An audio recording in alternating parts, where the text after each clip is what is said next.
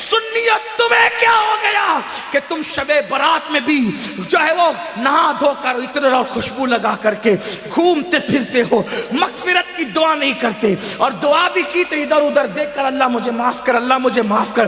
ارے اس بے توجہی سے مانگنے والوں کو تو ماں بھی دودھ نہیں پلاتی۔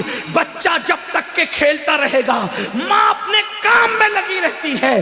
آپ کو آج لوگ کہتے ہیں مولانا ہم اللہ سے بہت دعا کرتے ہیں، اللہ دیتا نہیں۔ میں نے کہا کفر نہ بکا کر، جب اللہ نے تجھے محمد الرسول اللہ کی غلامی کی وجہ سے تجھے کہہ دیا ادعونی استجب لکم، مجھ سے جو مانگے گا میں تجھے عطا کروں گا، تو ماں دودھ کب پلاتی ہے بچے کو؟ ابھی کھیل رہا ہے تو کہتی ہے ابھی برتن دھو لوں، ابھی کھیل رہا ہے تو کہتی ہے ابھی جھاڑو دے دوں، ابھی کھیل رہا ہوں تو شوہر کا کھانا پکا دوں، ابھی کھیل رہا ہے تو ساس کے پیر دبا دوں۔ میری مائیں اور بہنیں ہی موجود ہے، ماں بولو توجہ دیتی ہے، کھیلتے بچے پر تو ماں بھی توجہ نہیں دیتی، لیکن جب بچہ اتنا گڑ گڑا کے روتا ہے کہ پورا گھر آنسوؤں کی آواز سے گونج جاتا ہے، تو ماں چولہے پر جلتی ہوئی روٹی چھوڑ کر کے بھاگ کر آتی ہے، او میرا لال، او میرا چاند، او میرا لگتے جگر، بتاؤ ماں کب چولہا چھوڑ کر کے آئی؟ اس وقت جب بچے نے رونا شروع کیا، جب بچے نے گڑ گڑانا شروع کیا۔ نادان تو ادھر ادھر دیکھ کے خدا سے مانگتا ہے اور کہتا اللہ دیتا نہیں، جبکہ اس کا وعدہ ہے ادعونی استجب لکم۔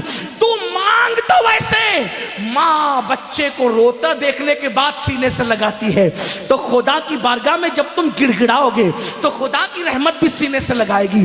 مغفرت مانگنا ہے، شب برات میں اعلان ہوتا ہے او گنہگارو آؤ مغفرت مانگ لو، او مجرمو آؤ بخشش مانگ لو، آج جو مانگو گے دوں گا۔